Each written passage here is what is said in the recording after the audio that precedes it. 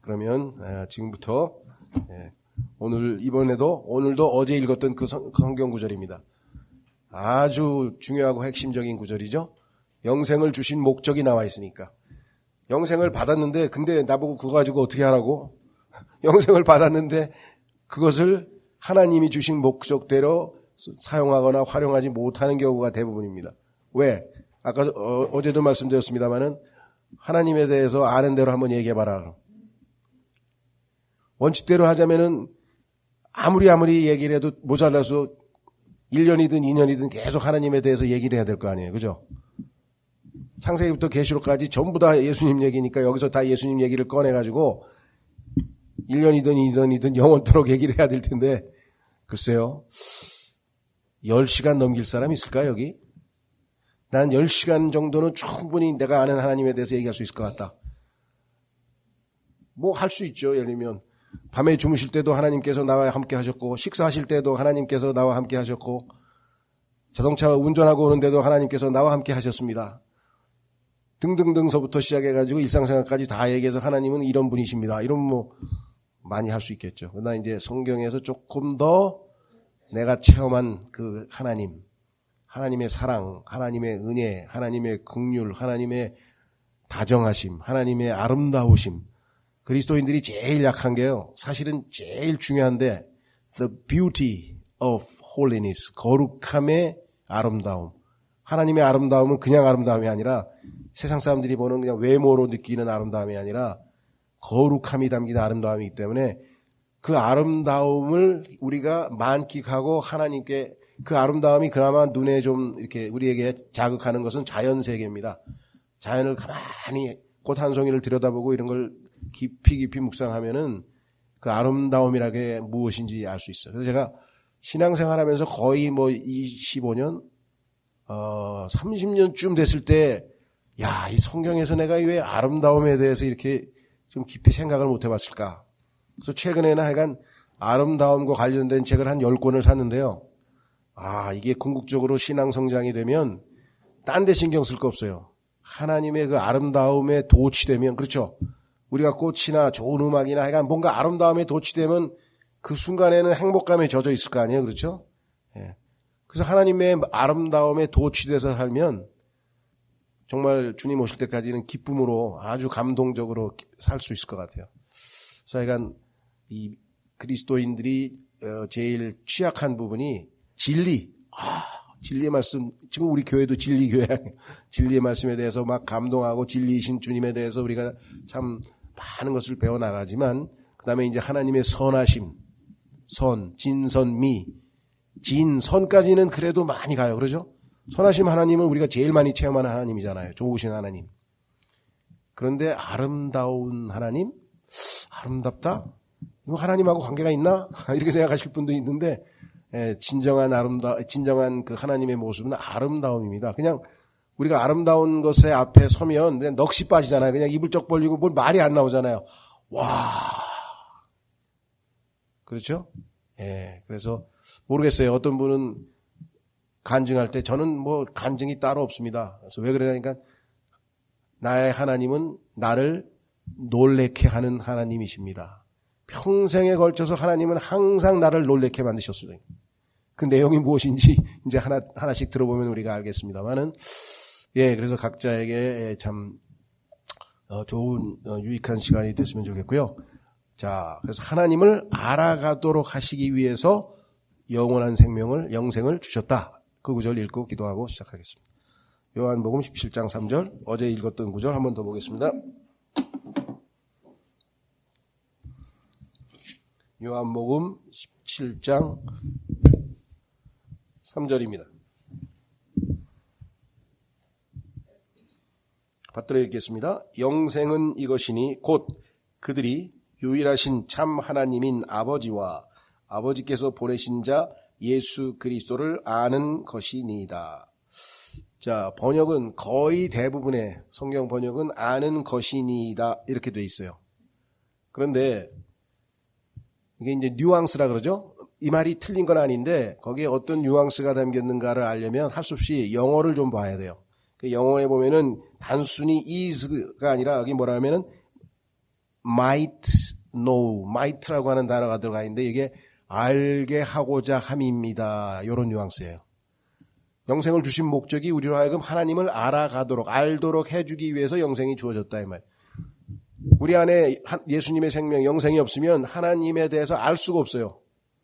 생명이 있어야 그 생명을 통해서 알아가죠. 그렇죠? 예, 그래서 요 뉘앙스를 살려서 잘 설명한 분이 계신데, 그러니까 그분 창세기 주석이 지금 나와 있기는 나와 있어요. 예, 존 필립스라고 해서. 그분만 내가 보니까 요거를 잘 뉘앙스를 설명을 잘 해놓으시고, 대부분의 분들은 영생은 하나님을 아는 것입니다 하고 그냥 정의, 데피니션, 영생이 뭐냐? 하나님을 아는 것, 이렇게 해서 정의가 내려진 것으로 해석을 하지만 정의보다는 목적이다 이거예요. 알게 하고자 함입니다. 이렇게 번역을 해야 진정한 뉘앙스가 살아난다는 거죠. 그렇죠? 예. 그래서 이 시간 기도하겠습니다. 하나님 아버지 고맙습니다. 편안한 쉼을 주시고 또 이 아침에 다시 하나님의 말씀 앞에 섰습니다. 저희가 주님께서 예수 그리스도를 통해서 우리에게 생명을 주시고 그 영원한 생명을 통해서 예수님과 하나님을 알아갈 수 있도록 해주셔서 감사합니다. 우리에게 은혜 가운데 주 하나님을 아는 것에서 자라가라고 또 우리에게 명하신 것도 기억합니다. 주님, 저희가 주님을 알아갈수록 저희는 믿음이 커지고 저희가 변화되고 주님을 알아갈수록 우리의 행복도 커지고 우리의 삶의 목적도 분명해지는 것 같습니다. 이 시간 다시 한번 간구합니다. 이 귀한 말씀을 붙들고 주님께서 주신 이 귀한 책을 교제를 통해서 주님을 더 깊이 알아가는 좋은 계기가 되도록 도와주시기를 간절히 간구합니다. 부족한 자 도와주셔서 주님의 능력과 주님의 지혜와 주님의 성령의 충만하심을 따라 하나님의 말씀 사역을 온전히 성취해서 하나님께 영광을 돌리고 하나님을 기쁘시게 하는 이 시간이 되기를 원합니다. 아버지 하나님, 이 시간도 지금 이 장소를 향해서 오고 계시고 또 저녁에 참여하시기 위해서 오시는 지체들이 있습니다.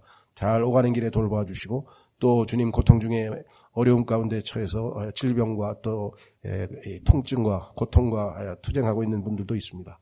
그들도 주님의 돌보심 가운데 허락해 주시기를 간구하고 이 시간을 통해서 홀로 영광 받아 주시옵기를 간절히 바라오며 모든 말씀 우리 주 예수 그리스도 이름으로 기도하옵나이다. 아멘. 예, 오늘은 2과입니다. 예. 종교가 세상을 어떻게 망치는가. 이상하죠? 종교가 어떻게 세상을 망치는가. 자, 33페이지입니다. 33페이지. 왼쪽 그림에 보면은 하나님을 알아가는데 하나님은 놓치고 제사나 도덕이나 의식이나 기도나 이런 것에 집착하는 종교 행위의 모습들이 나와 있죠. 그렇죠. 예. 자, 그래서 33페이지 갑니다. 신을 길들이려는 인간의 몸부림. 이 세상에 존재하는 온갖 종교가 셀 수도 없이 많은 그러한 무속 신앙까지 포함해서 왜 다 생겨났는가? 그것은 신을 길들이기 위해서. 또 여기 뒤에 나옵니다마는 신에게 뇌물을 바쳐서 어떻게든 좀 진노를 가라앉혀 보려고. 모든 재앙과 두려움과 고통이 다 신의 두려움 때문에 생겨난다. 근데 그것을 정난하게 보여주는 것이 소위 말하는 그리스 신화입니다. 그리스 신화에 보면요, 신들이 가만히 보고 있다가 심통이 나면 땅에 내려가가지고 막 온갖 일들을 저질러가지고 사람들을 괴롭히고 막 이런 게 나오잖아요. 그렇죠? 자, 읽겠습니다. 종교는 이상한 짓들을 벌인다. 제일 이상한 짓들 많죠. 그 중에 하나가 그냥 겐지스 강에 옷 입고 들어가가지고 뭘 하는지 모르겠는데 그 더러운 물을 막 먹기도 하고. 자, 예를 들어 사람들이 옷을 다 입은 채 여기 나오네. 물속에 온몸을 담그게 만든다. 인도의 겐지스 강. 수백만 명이 거대한 검은 입방체를 7번이나 돌게 만들기도 한다. 이슬람이죠. 심지어 처녀들을 화산 속에 던지기도 한다.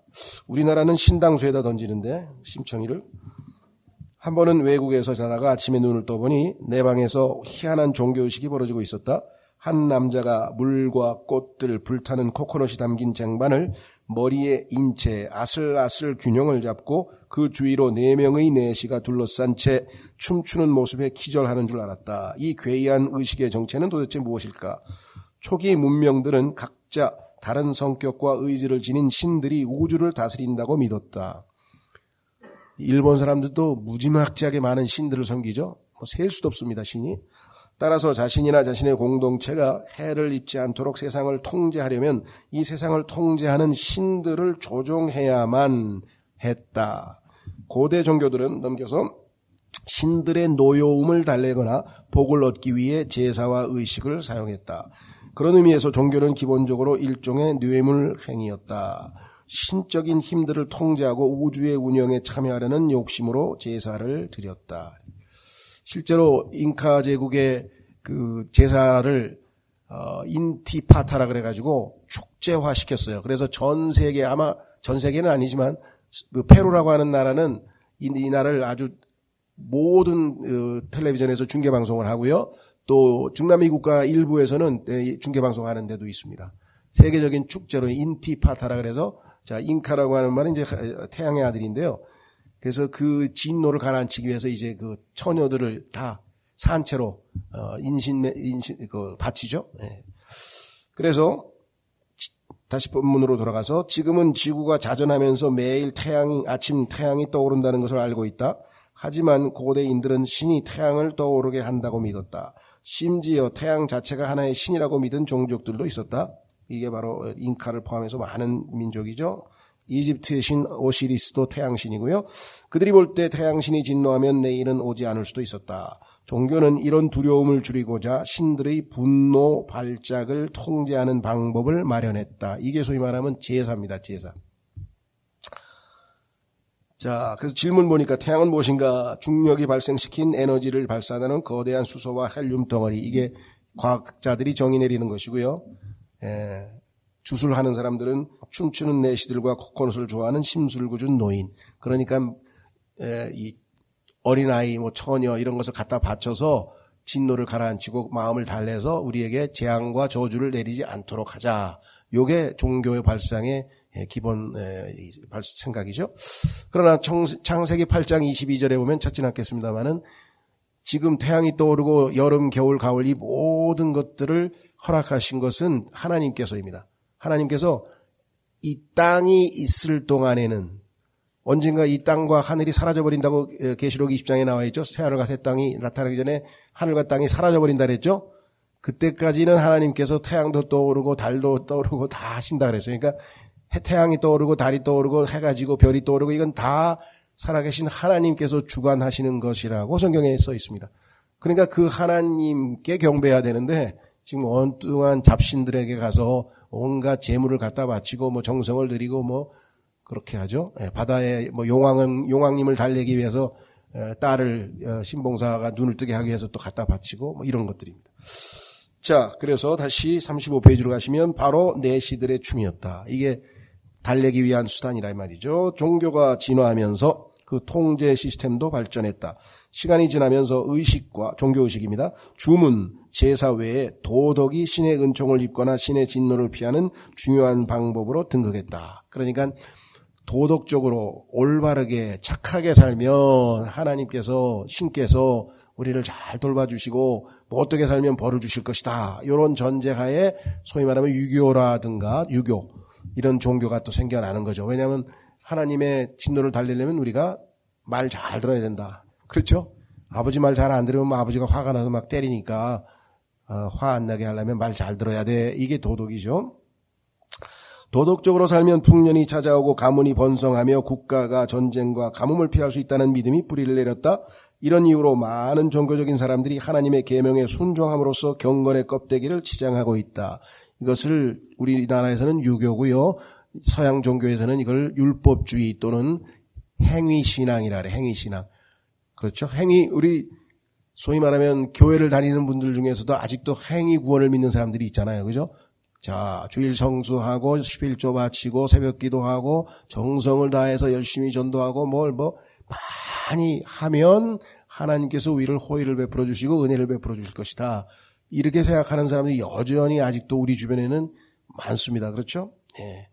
자, 그러나 하나님께서 원하시는 것은 우리의 외적인 행위가 아니라 우리 자신이 어떤 사람인가를 원하신다 그랬어요.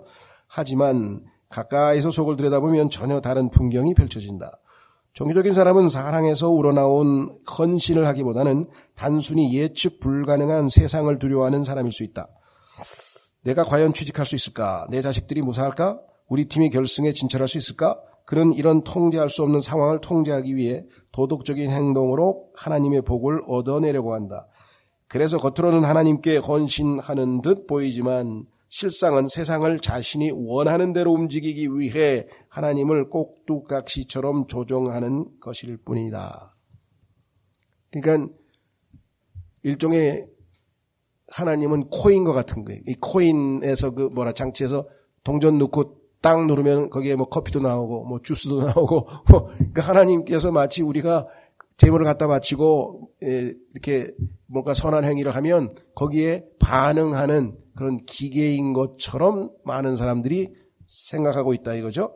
자, 그래서 기독교에서 마저 심지어는 행위구원이라고 하는 그런 잘못된 기독교가 생겨나게 된 것입니다. 넘어가셔서 36페이지. NFL 미식 축구 리그 이름이죠. 와이드 리시버 스티브 존스는 거기에 이제 여러 역할이 있는데 그 중에 와이드 리시버라고 해서 이제 공을 받는 역할을 하는 사람인데 아주 중요한 직책이죠. 에드존에서 날아온 패스를 받아내지 못한 뒤에 이거를 받아서 터치다운을 했으면 우승해가지고 돈더미에 앉았을 텐데 그거를 실패했어요. 그래서 실패한 뒤에 트윗을 남겼다.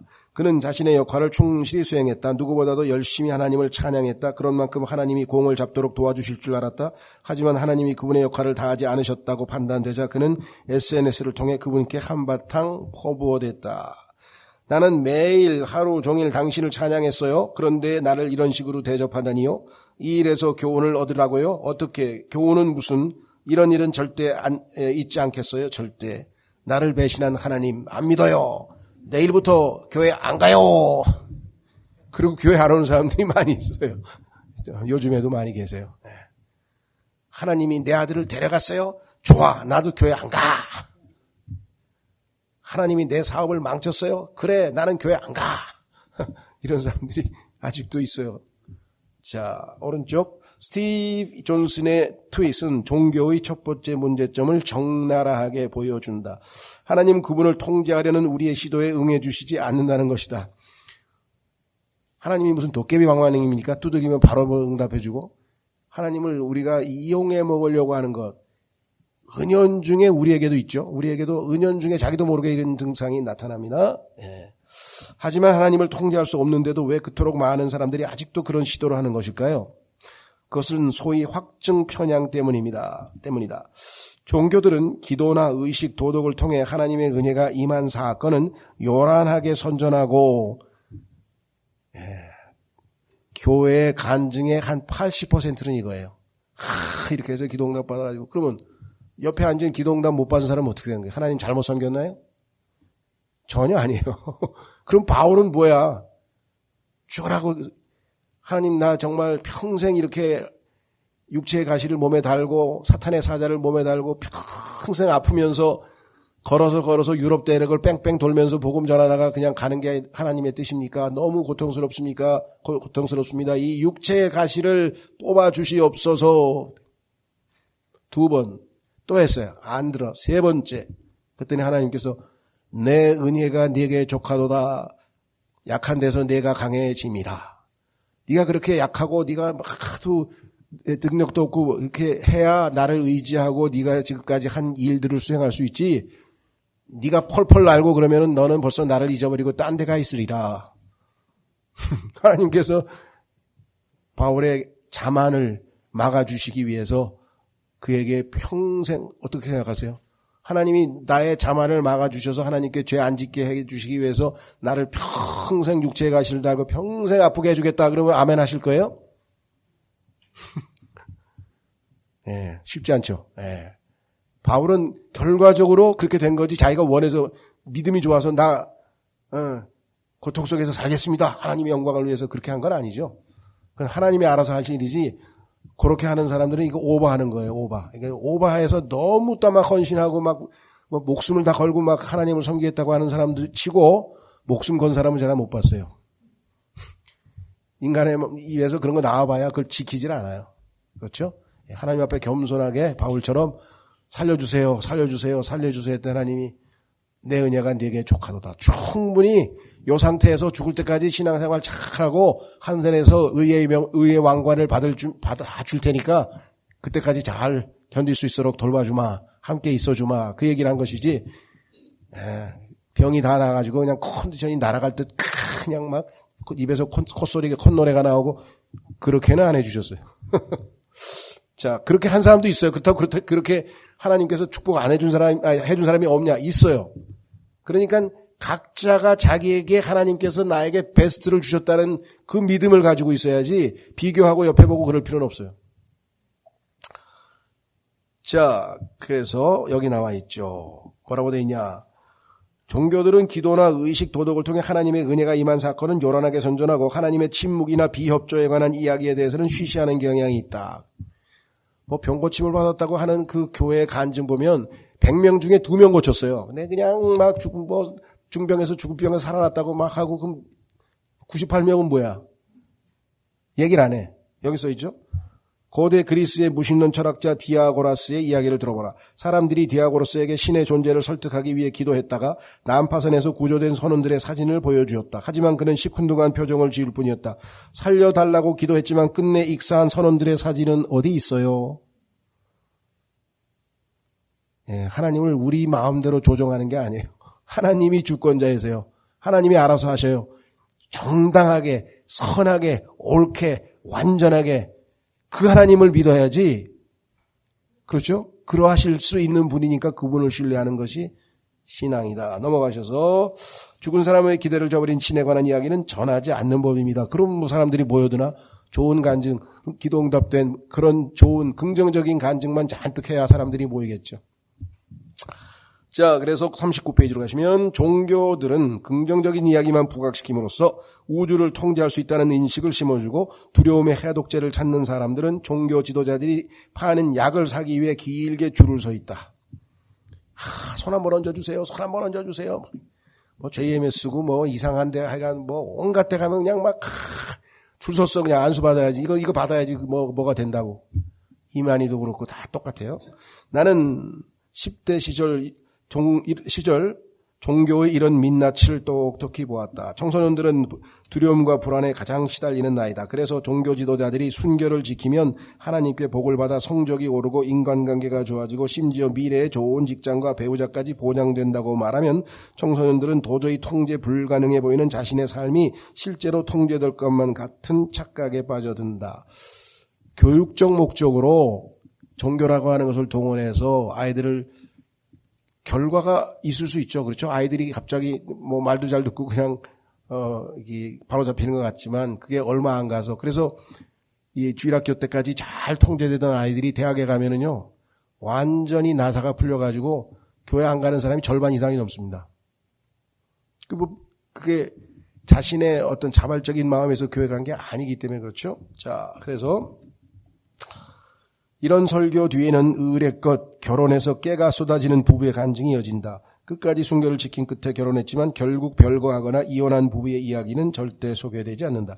이런 도덕적 공식들은 모두에게 절망적인 상황을 만들어낸다. 즉 도덕적 울타리 안에 완전히 머물렀지만 결국 하나님이 자신의 뜻대로 움직이지 않는다는 사실을 발견하고 절망할 수 있고 반대로 도덕적 울타리 밖에 있는 사람들은 자신에게 미칠 하나님의 복은 눈꼽만큼도 없다는 결론을 내릴 수 있다. 종교를 버리는 젊은이들의 대열이 끝없이 이어지는 것도 무리는 아니다. 그래서 결론이 뭐냐? 종교는 이것은 함정이다. 이 말이에요.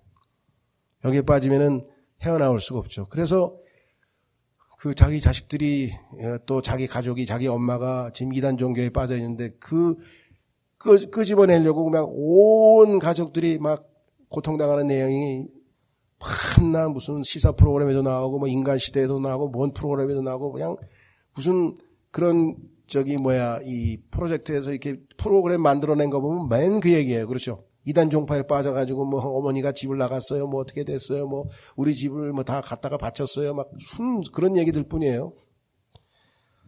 자, 하나님의 비밀 경찰을 자처하다. 이게 무슨 소린가?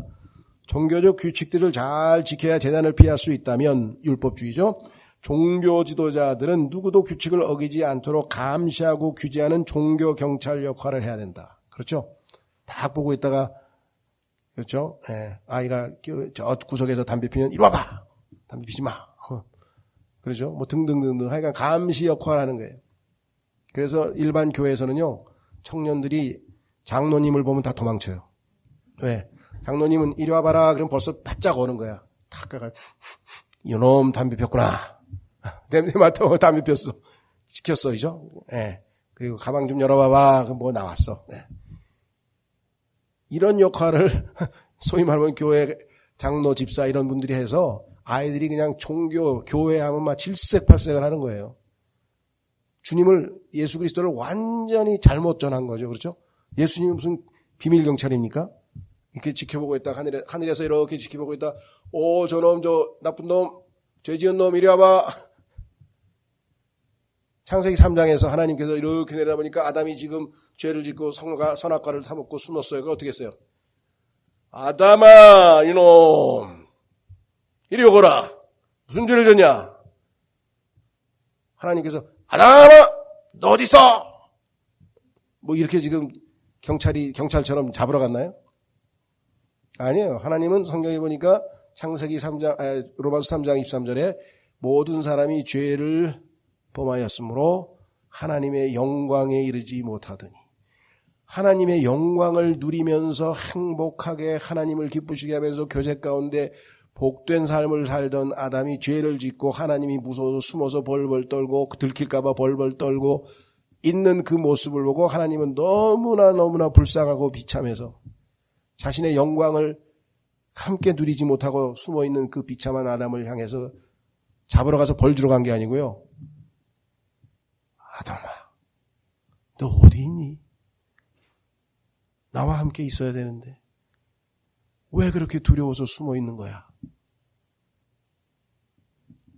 아담을 찾아서 어린 양을 죽여서 가죽옷을 만들어서 입혀서 다시 하나님 앞에 떳떳하게 설 수 있도록 하시기 위해서 아담을 찾아간 거지.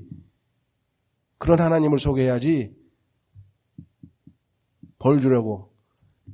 그 벌 주려고 그래서 결국은 지옥에 던져버리는 하나님을 정말 믿기 싫어서, 그런 하나님이 싫어서 만들어진 종교가 JW예요. JW, Jehovah Witness. 영어로 여호와의 증인이에요. 여호와의 증인을 만든 그분은 뭐라고 간증했느냐? 어렸을 때부터 교회만 가면 하나님이 죄 지은 사람 잡아가 다 지옥에 본다. 좋았어. 내가 반드시 지옥이 없는 종교를 하나 만들 거야. 그래서 지옥이 없는 종교를 창설한 거예요. 그래서 여호와의 증인들은 지옥 안 가요. 이해가 되세요? 이거는 사실은 그 사람이 잘못한 건 맞지만은 종교에 대해서 환멸을 느낀 거죠. 여기도 나와 있잖아요. 비밀 경찰입니까? 자, 그래서 하나님의 비밀 경찰이라고나 할까? 담배 피우지 마, 껌 씹지 마, 그런 여자 사귀지 마. 이 교회에서 장로들이 하는 얘기죠. 지도자들이 밤낮 얘기만 하고 앉았어요. 사실 학생들에게 그렇게 소리 지르며 손가락질을 하는 목사나 자로 때리는 수녀를 상상해 보라. 사실 두려움을 통해 종교를 보는 곳에서는 엄한 성직자들의 존경을 받는다. 그냥 곧바르신 분이시다. 우리 목사님은, 우리 신부님은 이러죠. 종교경찰은 공동체 전체의 안녕을 위해 모든 사람을 정해진 울타리 안에 묶어두려고 한다. 망둥이 한 마리가 날뛰어 자칫 하나님의 진노가 온 마을을 덮치게 놔둘 수는 없지 않은가. 안타깝게도 자기가 생각하는 하나님의 뜻을 집단 전체에 적용하려는 이런 인간 본능은 온갖 끔찍한 공포를 낳았다. 자기 신념, 종교적 신념 때문에 한 게 뭐예요? 이 세상에 수없이 많은 테러 행위를 포함해서 여기 나와 있죠. 2001년 9월 11일에 테러 공격을 생각해보자. 그 참극이 일어나기 3년 전 알카에다는 아라비아 반도 파병이 하나님의 뜻을 거스른 행위라며 미국을 맹비난했다. 테러리스트들은 하나님의 경찰로서 그분의 법을 어긴 미국을 엄벌하는 것이 자신들의 거룩한 임무라고 믿었다. 놀랍게도 미국의 일부 종교인들도 같은 생각을 보여주었다. 자, 한쪽은 심판하기 위해서 테러를 저질렀더니 이 테러 공격이 왜 일어났는가라고 기독교 지도자들이 해석을 하면서 설교를 했는데 9.11 테러 후에 뭐라고 설교했는가 보세요. 오늘날 우리나라도 마찬가지입니다. 뭐 무슨 엄청난 재앙이 벌어지면 밤낮 이렇게 설교하는 사람들이 있죠. 써 있잖아요. 뭐라고 했나 이렇게 나왔습니다. 일례로 테러 공격이 있은 지 며칠 만에 한 유명 목사가 텔레비전에 나와 이런 발언을 했다. 이방인들과 낙태주의자들, 페미니스트들, 동성애자들 이들 모두는 미국을 세속화하려는 한 자들입니다. 이들의 면전에 대고 바로 당신 때문에 이런 일이 일어난 거요 라고 나는 말해주고 싶습니다. 그런 자들을 하나님이 아랍 테러리스트를 동원해서 심판하셨다 이 말이에요. 우리도 그렇죠. 뭐 쓰나미가 일어나고 뭐 무슨 큰 재앙이 일어나고 막 일어나면 다 하나님께서 심판했다고 이렇게 하는 경우가 있어요. 팬데믹도 거의 90%가 그렇게 해석했어요. 그런 측면이 없다는 건 아닙니다. 성경에 보면은 구약 시대에 그 전염병을 통해서 하나님께서 이스라엘을 치리하고 징계할 때 사용하신 것 중에 전쟁이 있고 그다음에 전염병이 있고 그다음에 이 소위 말 농사가 안 돼가지고 가뭄이 있고 이 세 가지 방식은 하나님의 회초리의 세 가지 특징이에요. 세 가지를 사용하는 건 맞아요. 예, 없다는 건 아니에요. 그런데 그것이 전부라고 생각하면 큰일 나는 거죠. 그렇죠? 예. 자, 그래서 이슬람교 테러리스트들과 기독교 근본주의자들은 모두 9.11 테러가 하나님의 명령을 거역한 미국 때문에 일어났다고 믿었다. 단지 그것이 어떤 명령인지 대해서만 의견이 달랐을 뿐이다. 크리스토퍼 히친스 같은 요 사람이 또 요즘에 무신론자들 사이에서는 그 뭐라고 해야 되나 스타가 된 사람이에요. 인기가 높은 사람인데 뭐라고 했느냐. 같은 무신론자들은 종교가 저지른 악행을 근거로 하나님의 존재를 죄송해요. 기침 때문에. 기침이 나와가지고 부인한다. 그러니까 이렇게 악한 일들을 내버려두는 거룩하고 의롭고 사랑스러운 신이 계실까? 안 계시겠지? 이렇게 얘기합니다. 거기에 논리에 넘어가는 사람들은 얼마나 당연합니까? 왜?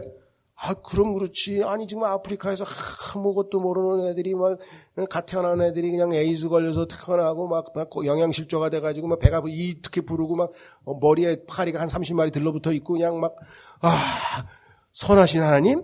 전능하신 하나님? 전능하신데 왜 그걸 해결 못해? 선하신 분이 왜 그걸 해결 못해?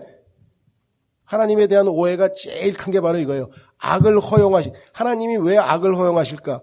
욥기 공부만 해도 잘 알 텐데 욥기 공부를 안 해서 그런지.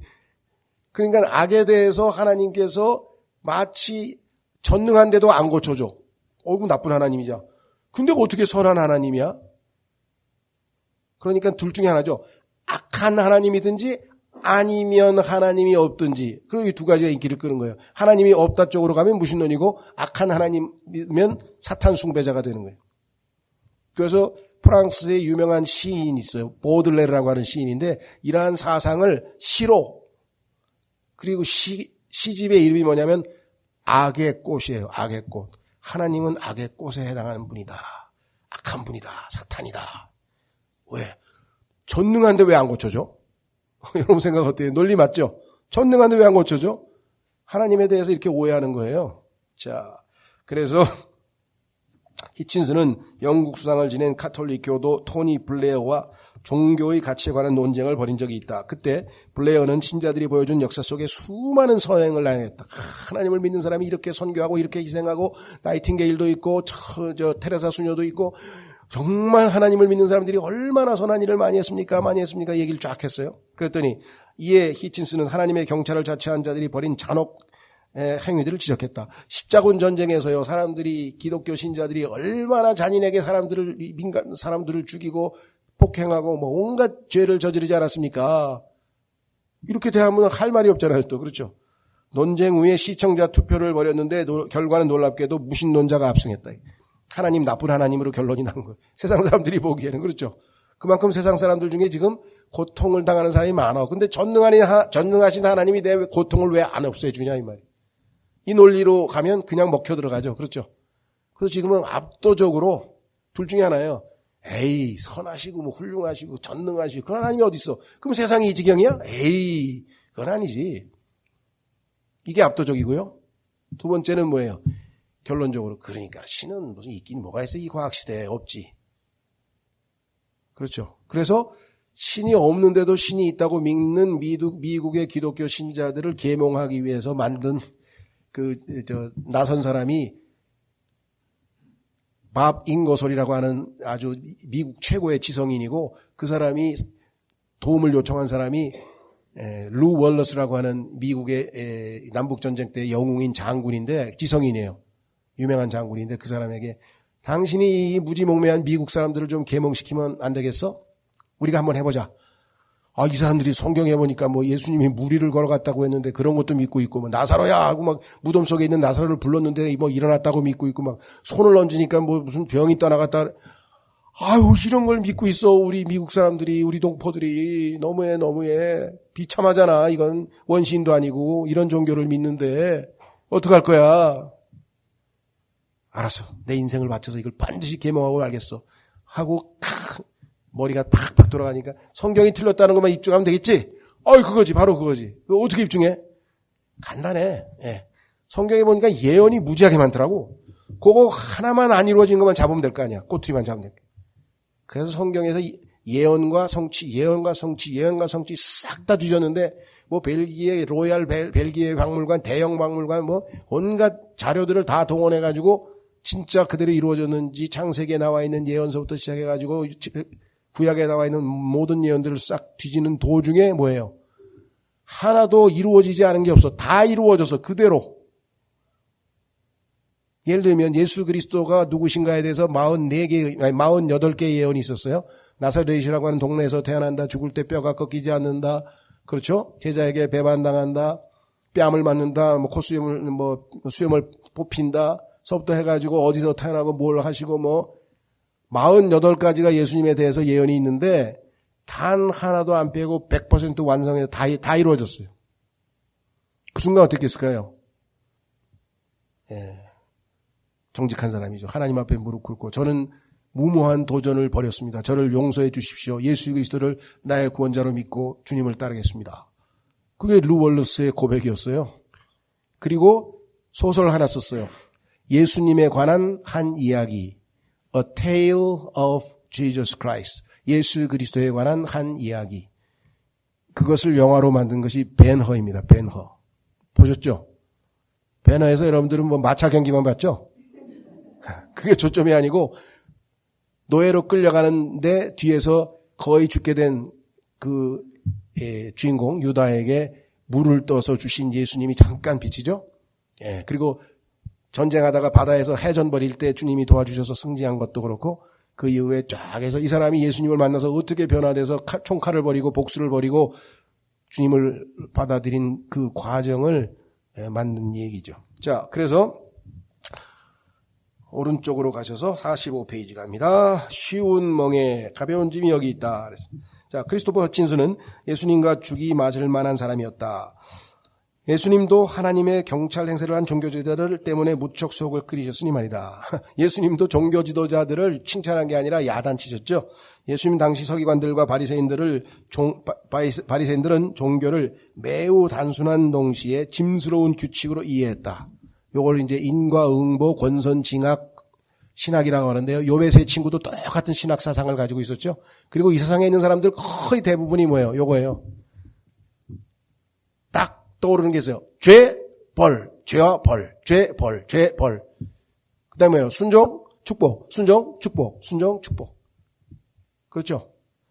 순종은 축복이고 불순종은 저주. 이 공식의 의미는 간단하다. 복받은 것처럼 보이는 사람들, 부자, 건강한 사람, 권세가 등은 순종한 만큼 하나님께 상을 받은 것이고, 그렇죠? 욥이 이렇게 상을 받아서 잘 살다가 죄를 지어가지고 한순간에 어떻게 됐어요? 저주받은 것처럼 보이는 사람들, 가난한 사람, 아픈 사람, 힘없는 자는 불순종의 보응을 받은 것이다. 이런 식으로 세상을 승자와 패자로 갈린다. 서기관들과 바리새인들은 승자였고 예수님을 위시한 촌뜨기 어부들과 창기들은 패자였다. 예수님은 이 공식에 정면으로 도전하셨다. 예를 들어 종교지자들은 나면서부터 앞을 볼 수 없는 사람이 하나님께 불순종한 부모 때문에 그렇게 된 것이라고 믿었다. 그렇죠? 태어나서부터 장님인 사람이 누구의 죄입니까? 부모의 죄입니까? 본인의 죄입니까? 죄 때문에 태어나면서부터 장님된 것으로 단정하고 그렇게 질문했는데 예수님은 뭐라고 말씀하셨어요?